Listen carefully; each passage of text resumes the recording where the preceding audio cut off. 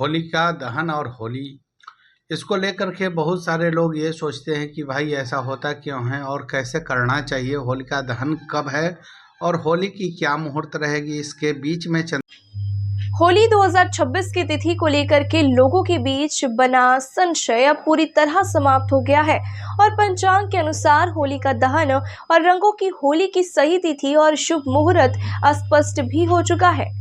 मैं सानिया और आप देख रहे हैं MTN न्यूज। फलित दर्शन ज्योतिष अनुसंधान केंद्र के ज्योतिषाचार्य पंडित प्रभात मिश्र ने पर्व की तिथि, शुभ मुहूर्त और चंद्र ग्रहण के प्रभाव को लेकर के विस्तृत जानकारियां दी है। उन्होंने बताया है कि इस वर्ष होलिका दहन 2 मार्च सोमवार की रात्रि में किया जाएगा, जबकि रंगों की होली 4 मार्च बुधवार को धूमधाम के साथ मनाई जाएगी। उनके अनुसार 2 मार्च को शाम 6:18 से पूर्णिमा तिथि प्रारंभ होगी, जो 3 मार्च की सुबह 4:33 तक रहेगी। शास्त्रों में पूर्णिमा की रात्रि में भद्रा के पुछ काल में होलिका दहन करना शुभ माना गया है और इस वर्ष इसका शुभ समय रात 9 बजे से लेकर प्रांत 3 बजे तक रहेगा। वहीं 3 मार्च को शाम 6 बजे से 6:48 तक चंद्र ग्रहण लगेगा और ग्रहण से लगभग 9 घंटे पहले सूतक काल प्रारंभ हो जाएगा, जिसके दौरान शुभ कार्य करना वर्जित माना जाता है।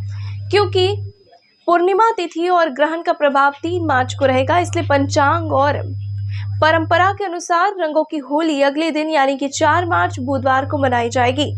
ऐसे में इस वर्ष 2 मार्च को होली का दहन और 4 मार्च को होली रंगों की होली मनाकर लोग बुराई पर अच्छाई की जीत, प्रेम, सौहार्द और भाईचारे के इस पावन पर्व को पूरे उत्साह और श्रद्धा के साथ मनाएंगे। होलिका दहन और होली इस बार एक दिन गैप है। इसको लेकर के बहुत सारे लोग ये सोचते हैं कि भाई ऐसा होता क्यों है और कैसे करना चाहिए, होलिका दहन कब है और होली की क्या मुहूर्त रहेगी, इसके बीच में चंद्र ग्रहण लग रहा है तो उसको किस दृष्टिकोण से देखा जा सकता है और होलिका दहन के बाद नेक्स्ट डे होली हो जाना चाहिए, तो इस बार ऐसा भी नहीं हो रहा है।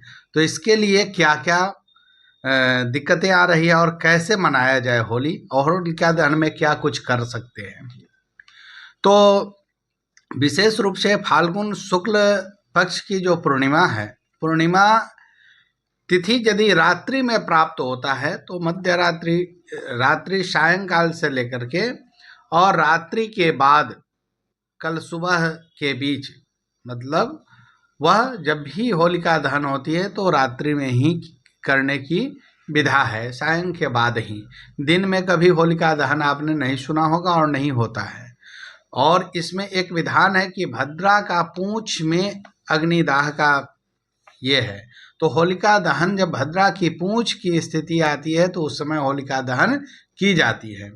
तो इस बार ऐसा है कि इस बार जो है फाल्गुन शुक्ल पूर्णिमा के रोज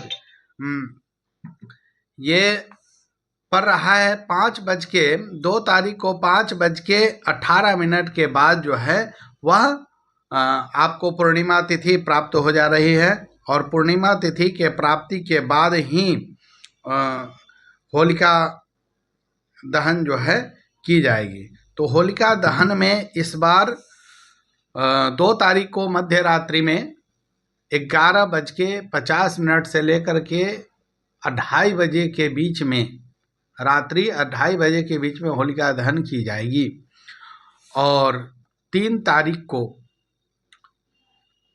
4:33 मंगलवार को 4:33 तक ही पूर्णिमा तिथि प्राप्त हो रही है। तो इसलिए पूर्णिमा तिथि को जो है होली नहीं मनाई जाती है। प्रतिपदायाम भस्म धारणम, यानी प्रतिपदा को ही भस्म लगाने की विधि है और होलिका के भस्म से ही होली प्रारंभ होती है, तो उसको धुरखेल होली भी कहते हैं। तो उसमें क्या है कि अब बात आती है चंद्र ग्रहण की। तो चंद्र ग्रहण को किस दृष्टिकोण से देखा जाए, ये बहुत इंटरेस्टेड पॉइंट है और यहाँ के लोगों को ये जानना बहुत ज़रूरी है कि ये 4:33 पर ही जब पूर्णिमा तिथि समाप्त हो जाएगी और 6 बजे से लेकर के मुजफ्फरपुर में 6 बजे से लेके और 6:48 तक चंद्र ग्रहण का समय है।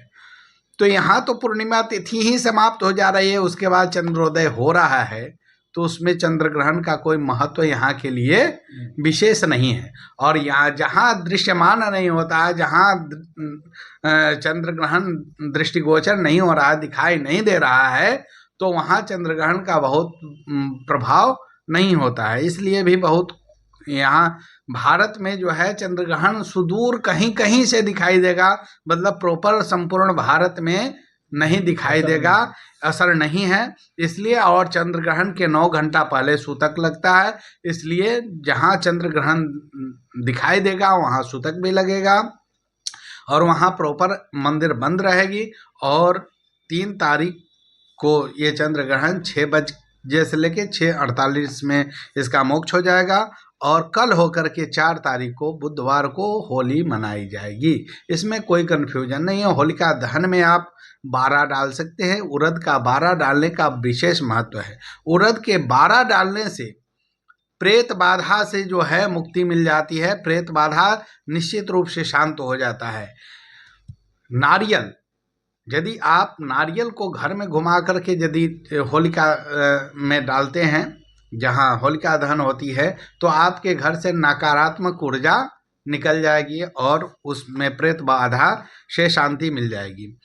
यदि आपके त्वचा रोग है या किसी ऐसे जटिल बीमारी का शिकार हो चुके हैं, नकारात्मक शक्ति भूत प्रेत नजर आता हो या बहुत ज़्यादा आपको कमजोरी फील होता हो, तो वैसी स्थिति में लौंग और इलायची के साथ 5 कपूर यदि आप अपने घर से निकाल करके होलिका में डालते हैं, तो आपके घर की नकारात्मक ऊर्जा के साथ साथ शारीरिक बाधा भी ठीक हो जाएगी।